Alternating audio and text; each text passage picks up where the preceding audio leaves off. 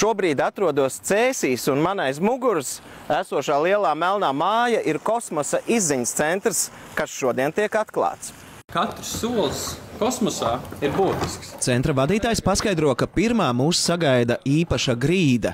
Tā ražo elektrību, kad pa to staigā centra apmeklētāji. Šajā gadījumā vienkārši svietot, mēs iegūstam uguni un mēs ieslēdzam raķešu dzinēju.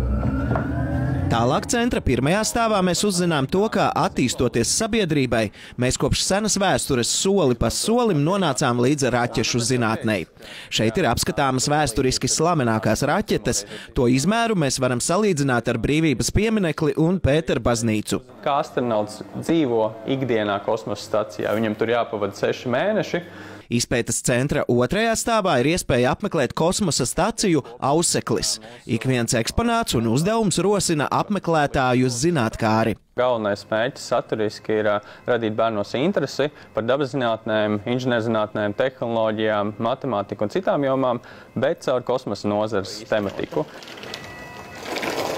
Uzdevums ir izrakt Marsā esošo regolītu, šajā gadījumā uz Marsa atrodošo Zemi, kuru mēs pēc tam izmantosim, lai apbērtu kosmosa bāzi. Darbojoties, skolēni uzzina to, kādi ir vides apstākļi uz Marsa un kas spēja astronautus pasargāt no tur esošās radiācijas. Ar praktiskiem piemēriem uzzinām arī, kāpēc uz Marsa nevaram izmantot ierastās riepas. Tas ir tiešā veidā kā fizikas stundās.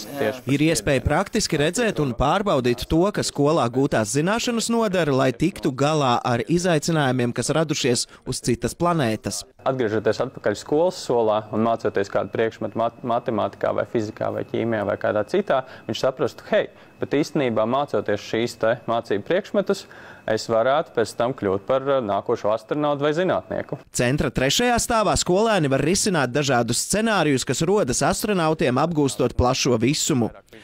Kosmosa izpētes centrs šodien vēr durvis tiem, kuri ir piedalījušies šī centra tapšanā. Savukārt jau no sestdienas uz centru aicināts ik viens interesents. Kārlis Kristapsons, Ilmārs Roķis, TV3.